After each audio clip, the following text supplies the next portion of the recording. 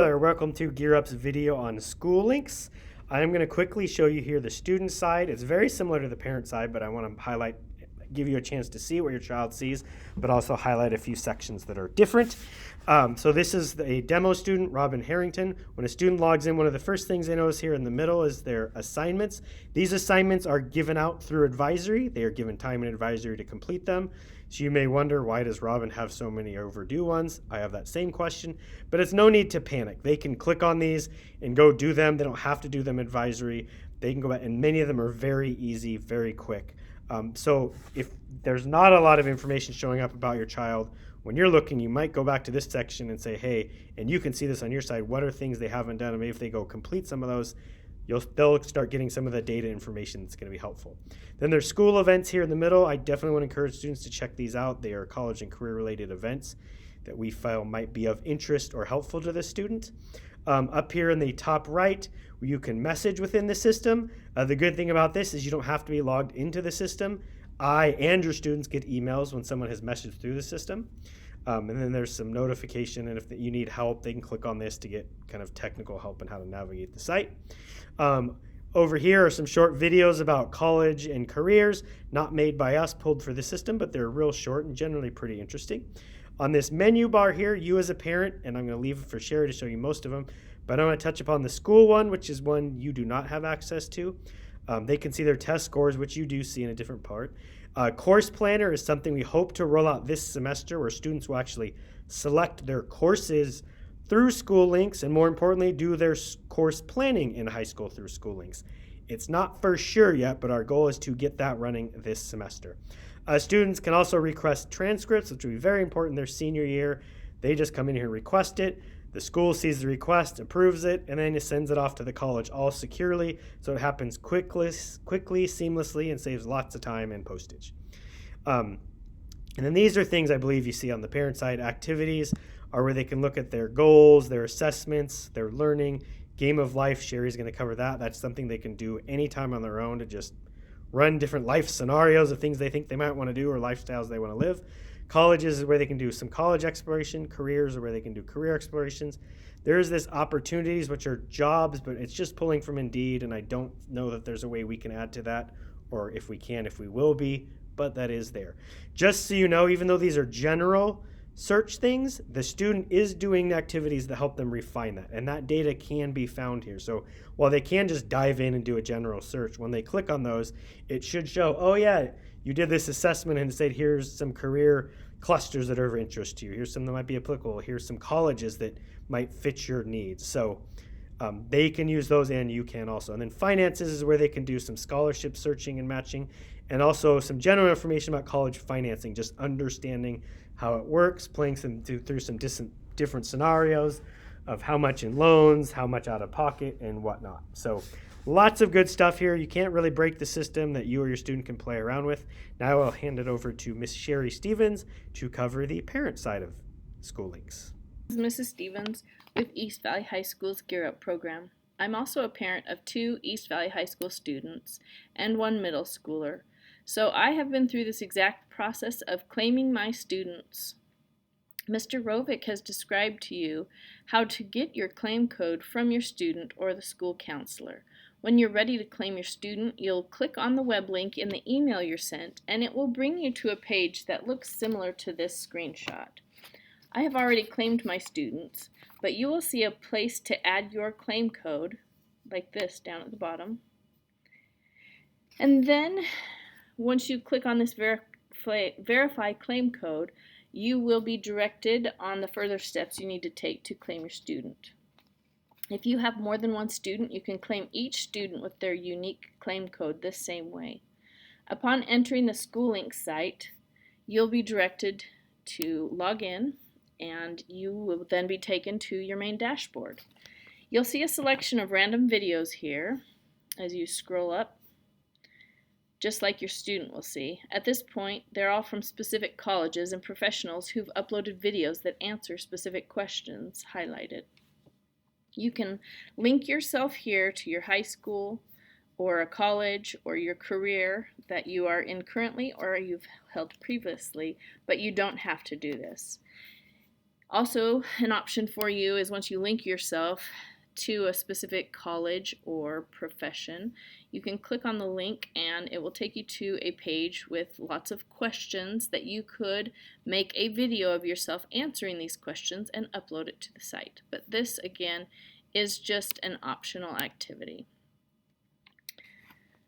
So, to get to your Guardian dashboard, you'll click the Schoolinks icon here in the top left corner, this little white circle, and you'll see your students listed here. If you only have one student, then everything in this dashboard will automatically link to their information.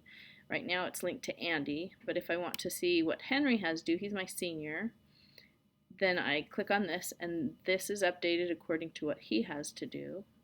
Or Jesse, my 10th grader, these are the things he has to do. If at any time there's things that are highlighted here, if they have overdue things, they'll be red, or if you have overdue things, they'll be red. But if you're interested in knowing what they are, then you can click on them and information will pop up about that. And if you click on this, it will take you to the information that is selected for it. I noticed that Henry had a couple more things listed, so if you're wondering what Henry has due soon, or your student, it will bring up these selected things. These are the things that he has done, and you'll find similar things in your own students, things they've done and things they need to do soon, and they have the same things. And you'll notice Henry has a couple more updated things coming because he's a senior, and so he receives different information than Jesse does. So to get to your main Guardian dashboard again, you go back to the corner and it will take you here. And on the left-hand side, right under this link, is your navigation bar. And you'll see that in order to return to that main page, you click on Students and go back to the dashboard. The next section is colleges. If you click on that, it will bring you to school search. Now this is very similar to what your student sees when they click on this same icon on their dashboard. If you want to search any type of school, you can search in the search bar here for a specific location, school, or program. You can also toggle between the list view, the split view like it was before, or just the map view. I kind of like the split view because then it gives me an idea of where they are. If you want to know anything about these that come up, you can click on them and it will tell you all about the school. And this is all information that your student is able to see also. Any videos, overviews, anything that the school has published about their school, student body, academics, programs, athletics, their student life, cost and financial aid. It's just endless. There's tons of information here, and all of these links are active that you can go back in and look at. So the next section is careers. So if you want to enter the Career Center, this lists job openings here or the most common careers. And you can search regionally by clusters, and those are career clusters.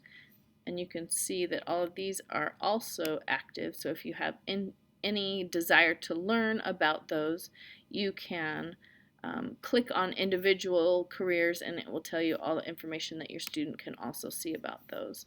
Another one is hot careers, so things that have a lot of openings or are up and coming. Those are all things that you can choose from, or they can just list all careers here and you can toggle through all of them. The second selection is opportunities under careers. At this time, all of these are internships that are listed, and I noticed the other day a couple of them have even expired. At this point, they're just dragged in here from Indeed.com, and as time goes on, we will see more opportunity types. So internships are the only things in here right now, but in the future we'll have volunteer, career exploration field, apprenticeship, job, shadow, long-term employment, and short-term contract employment. So all of those things will be active later, and you can continue to investigate any of these sections that you want to as well. The last thing on this Sidebar is scholarship matching. And this again, because I have more than one student, there's a toggle up here that I need to decide on which student. So I will select my 10th grader, Jesse, and it will bring up scholarships that match to the things that he has indicated. And it will show the percentage of match, how much it matches my student by this percentage. So this is an 83% match with Jesse, but that does not necessarily mean that he qualifies for these scholarships. So remember to navigate back to the main page. We just click on our little, will bring us back to this main Guardian dashboard. The second area of navigation that we can look at is up in the right hand corner, and we can click on this choose a different section. And in this area there are several different sections that we can navigate through: planning, accountability and performance, student activities, college, career, finance, and other. I'm not going to go through every single one of these possibilities. You can look through those at your leisure, but I do want to highlight a few. One of the first ones is goals. Under the planning section, you can look at goals, and it will bring up your students. I will navigate here to Jesse, my 10th grader again, and here it will upload information that your student has gone through, and it will let you know what their post-secondary goal is, their career goal is, their college goal, and their college major. So at this point, Jesse has not selected a college goal or major. And these items here in these 4 boxes are the things that Gear Up will look at as we start, hopefully by the end of this year or the beginning of next year. We will be able to continue having some field trips, and so we will look at these sections of your students' dashboards to be able to decide who we want to take to which locations. So if I click over to Henry's here, he has opened up the possibilities for us to see what his goals are, because he's actually decided what they are. At any time, students can go back in and change what their goals are in any of these areas. They aren't stuck, and they can go in at any time and change those. So this is where your student decides what they're doing and how they're going to get there. And a lot of the times, some of the activities that your student does in advisory class is making a SMART goal. So I wanted to go over what a SMART goal was.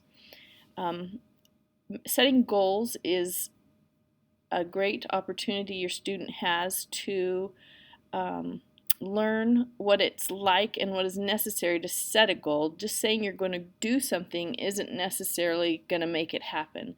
And so a SMART goal stands for, the goal has to be specific, measurable, achievable, relevant, and time-bound. And so as your student sets a goal, they have to go into each of these sections and make it a specific goal, explain how they're going to measure when they have reached success, and break it down into steps, make sure that it is relevant, and decide when that goal will be set. So at any given time, a student can make a new goal, and they are occasionally put in there as assignments in advisory, but a student can go in at any time and include a new goal. Next section up here I'd like to talk a little bit about is assessments. Our assessments are basically your student's "Who am I?" These are based off of the answers your student gives to the assessments that they take in Schoolinks. So all of these are telling Jesse that, or this is Henry, sorry, that Henry is an extrovert. He likes sensing, thinking, and judging. And his personality traits are practical, realistic, matter-of-fact, decisive, organized, logical, and traditional. And so from there, the assessments put him into, give him choices of things that he could possibly be interested in. These are things that he doesn't necessarily have to choose because everybody is not the same. And sometimes when they take those assessments and they get the results, a lot of students will say, well, that sounds nothing like me. And it's just because we're all individuals. And so this kind of gives us a glimpse into who your student says they are, even if they don't necessarily feel like that's who they really are. Another option up here from this section is the game of life. The game of life is an interactive game for students that promotes financial literacy. So the students see how the decision they make on education, career, financing, and lifestyles impacts their future. And this can be an eye-opening activity for you to look at what your student has selected, or maybe even take the opportunity to talk to them about what choices that they make. So it goes through career choices that they are interested in, and ways that they're going to get there, their educational costs, and then it takes them through a scenario. They get to choose all sorts of different things that they want their life to look like. They give them several options of lifestyles and ways that they want to spend their money. And so you can go through this selection and see what your student wants to do, and then how that affects their financial life here. So one of the things that is interesting to look at is that Henry has chosen medicine up here. He wants to be an anesthesiologist. And it's telling him that his total education out of pocket will be $207,000. And I think that is probably a little bit low for medical school. So just need to be aware of what the possibilities are and what it could really mean. Up here, they can take a glimpse of what their finances will be yearly and monthly. So it kind of gives them a little sense of what it looks like. Another thing to know is that here's my student, Andy, who's a middle schooler. She has two scenarios that she's gone through. She wanted to know what her life would look like as a doctor, and one that this is what she wants to do currently is interior design. And so those are the two different things that she has selected, and each game that they play will bring up a new box here, and you can talk to them about their choices and how they look different according to what they have selected. So back up to this menu. Another selection that's interesting place to navigate to is under the college section, college lists and favorites. Now this will give you an idea of the things that your student has and hasn't done. So Andy, being an 8th grader, has not done a lot of these activities, but Henry, as a senior, has favorited a lot of schools and has schools listed here that he has looked at. So these three different sections here tell us likely colleges, targeted colleges, and reach schools. So these are ones that he says that he could go to. The target schools are the schools that he would like to and most likely would apply to. And then his reach colleges are ones that he selected that could be kind of a stretch for him to get into. Then we scroll down a little bit, and then you have a guardians list where you can actually search for a school, and you can send that school as a suggestion to your student to see if it would be something that they would be interested in, and the counselor can do that as well. This student school list is a organizational way that your student can look at the schools that they have favorited and liked and break them into different groups and sections. So if your student hasn't liked any particular schools, they won't be able to create any lists for themselves and comparing and contrasting. And so it looks like Henry, even though he has favorited schools, he has not gone through to compare and contrast any of them. So at this point, we can navigate back to our main Guardian dashboard, and we have seen this section here with my students listed. And if you will go on to their name, You can click it open and it changes the dashboard options here, but you can also click right on their name and it brings you to a resume page.